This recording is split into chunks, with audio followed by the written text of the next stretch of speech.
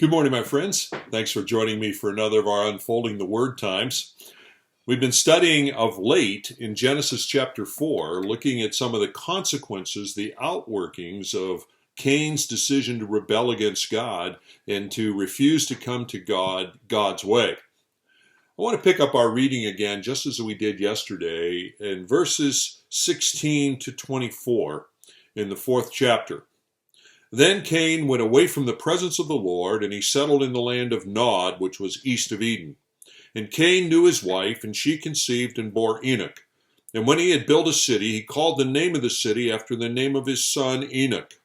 And to Enoch was born Arad, and Arad fathered Mehujael, and Mehujael fathered Methusael, and Methusael fathered Lamech.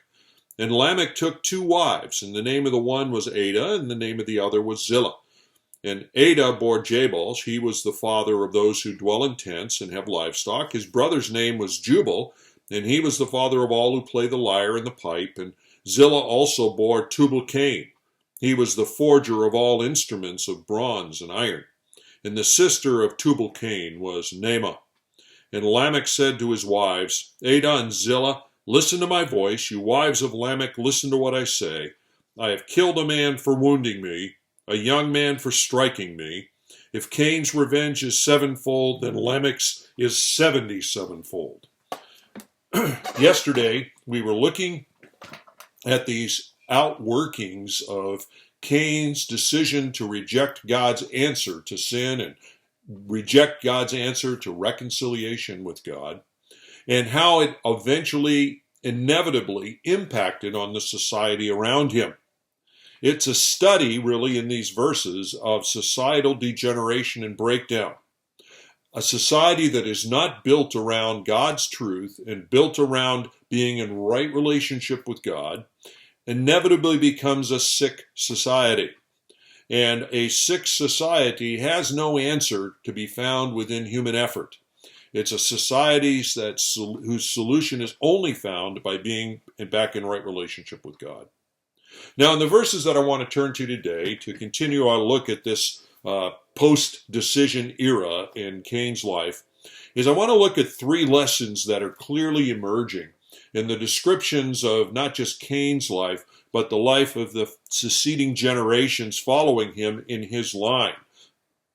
Generations influenced by the consequences of his own choice to refuse to come to God in the manner God prescribed. The first of these lessons, these first of these pictures of societal degeneration comes, in the area of family structure, because very quickly the family structure broke down. We find in Lamech, which is 5 generations into the picture, coming out of Cain's line, a decision to take 2 wives. And the scripture makes a big point, really, in reading through this, of identifying that reality, that he took 2 wives. That at that particular stage, as humanity continued to unfold, the decision was made to be polygamous. It's the first picture that we see of a fundamental rejection of what God instituted in Genesis chapter 2 with Adam and Eve. Cleave to one another, man and woman together. 5 generations out, the sanctity of marriage was compromised. And an inroad into a distortion of marriage that has continued to be characteristic of society ever since. Whether the polygamy is a formal polygamy, where people have multiple wives, or whether it's an informal polygamy, where immorality is just manifested in the nature of the human condition. The consequence is that the sanctity of marriage and the sanctity of the family is inevitably compromised in sinful people. That is the tragic unfolding. And even as the line of Seth emerged through Noah, and eventually in Noah's line emerging in Abraham, as a people of God began to be developed, even among those people, the ability to be free from the insidious influence of the breaking down of the sanctity of marriage We see throughout the Old Testament how difficult that was. And that's why one of the wonders of the New Testament is the rejection of that once again and a return to saying there's no way to really please the Lord apart from the sanctity of marriage. Well, enough about that. That's the first thing we see unfolding here. The second thing that we see unfolding here in these generations following Cain in his line is that society itself began to be influenced by the inevitable consequences of sinful human beings. It became a society characterized by lawlessness and violence.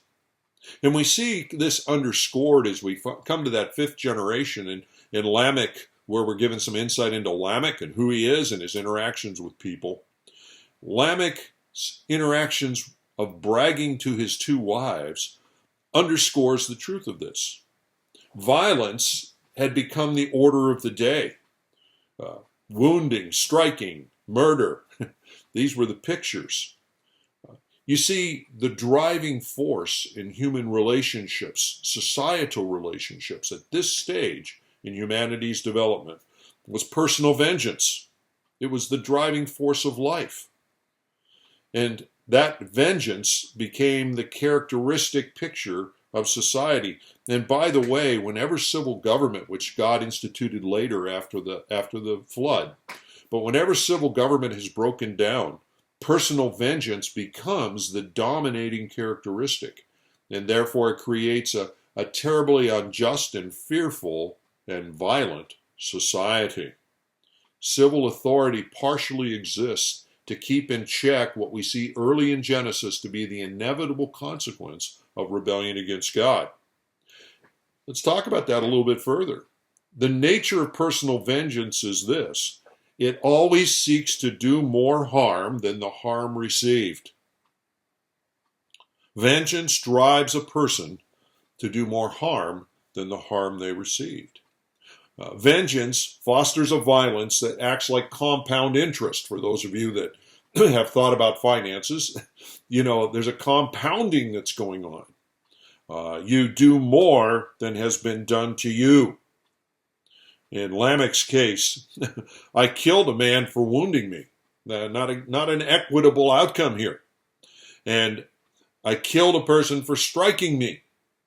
And I'm willing to take revenge 77-fold if needed on anything that's done to me. Do you follow this escalating, compounding reality? It's always been true of humanity as a consequence of the fall. That's one of the reasons we need civil government. With all of its injustices, all of its frailties due to fallen human beings as part of the authority structures, it is preferable to the reign of personal vengeance in terms of the consequences of lawlessness and violence and death. There is no justice ultimately possible in a vengeance-driven world. The third thing that we see in this passage, and we'll draw to a close with this, is as these generations began to unfold, we begin to see how man, created in God's image, is able to show creativity in industry and artistry. Because we are created in God's image, it's not a totally destroyed image.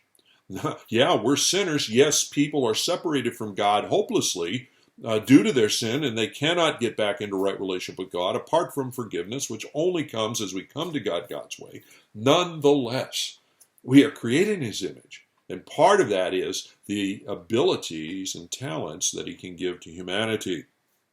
What we see developing in humanity is growth in industry, growth in creativity, growth in the arts, but no apparent interest in going back into right relationship with God.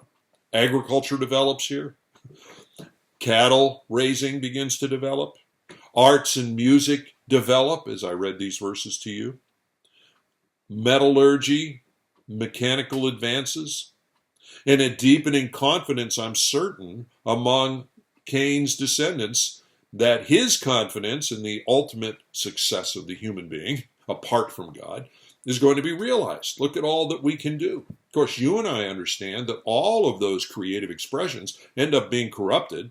You know, how many of the technological advances ultimately make it killing machines more effective and so forth. How much music and arts are used to perpetuate and foster even deeper moral corruptions. So we see it's a false promise, but it roots back to Satan's temptation in Genesis 3, that you don't need God, you can become your own gods, you can solve your own problems. At any rate, that's what we see.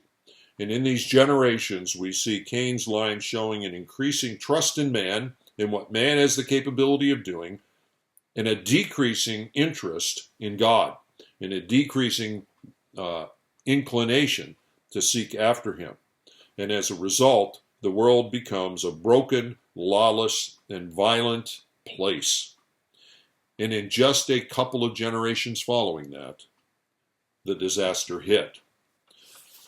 Genesis chapter 6, verses 5 and 7. Let me read these words to you. The Lord saw that the wickedness of man was great in the earth, and that every intention of the heart of his thoughts of his heart was only evil continually. And God regretted that he'd made man on earth, and it grieved him to his heart. And so the Lord said, I will blot out man, whom I've created from the face of the land, men and animals and creeping things and birds of the heaven, for I'm sorry that I've made them. Later on in verses 11 and 12, now the earth was corrupt in God's sight. The earth was filled with violence, as I was describing to you. And God saw the earth, and behold, it was corrupt, for all flesh had corrupted their ways. That is the consequence. Lord willing, tomorrow as we meet, we'll look at Seth's line and begin to see what we see developing through that aspect of the unfolding generations. Join me then, won't you? God bless.